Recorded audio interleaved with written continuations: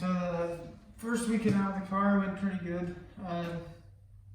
Started out with the new fuel system, the Holly Dominator system, the brand new fuel system, new tune.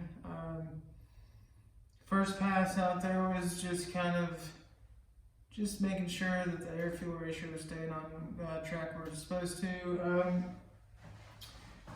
It was well, I don't know if you call it a wide open throttle pass. It was kind of just laying into it, getting the RPMs up, watching the air fuel the whole time. Nearly ran off of the track because I was so paying attention to just watching that air fuel gauge. And we only got one pass Friday night, so it went okay for the very first pass. Second day, Saturday, around 7 p.m.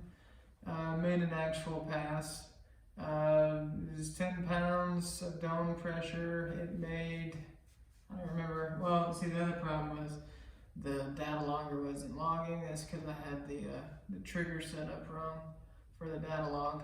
So really didn't get any data logs off of that. I could watch what the fuel was doing by the correction map. Everything was below 10%, so I brought it up all the way up to 20 pounds of boost. The second to last pass was an 855 at 159.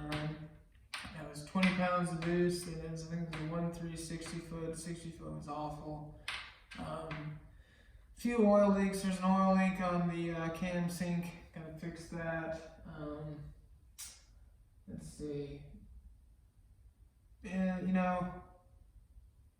the data log was a problem. I really need to see what's going on. That's the whole point of, or one of the main points of getting this big fuel system and computer system is, you can monitor everything that's going on. The other thing was the rear suspension. After I changed that spring,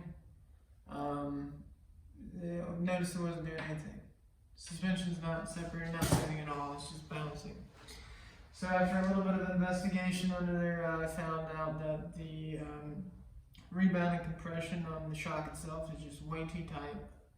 It's not letting it move, it's not letting it compress, it's just pretty much no suspension back there at all. So I think I'm just going to set it up almost all the way loose and see what it does on one pass. See if I can get that thing to start separating, because very first pass spun.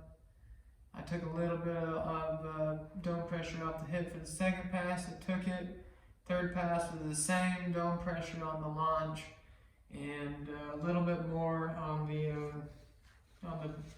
right after launch, or about 0.3 seconds after launch. It came into 18 pounds of dome pressure, and it spun the tires. So I was thinking maybe it was a track issue, but it's not. It's a car issue, suspension issue. So that's one thing I'm going to get figured out. Just tidy up all the little ends, that little oil leak, and just checking over the car. I mean, the good thing is the air shifter worked. That's fine. Shifts right there where it's supposed to. Everything's looking pretty good. An 8.5 off of the second pass, or third pass, on a new motor, on a new fuel system. Never tuned it at all. Just put in the parameters that in there.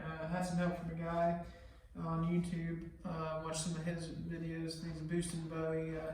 Helped me out on the idle stuff, and he had a nice a fuel map that was pretty close to what actually it needed going down the track. So that was really helpful.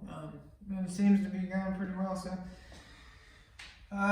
make these changes, get all these little things buttoned up, and try to get next weekend. Hopefully get break into the sevens, and then start dialing this thing in and see just how fast it can go.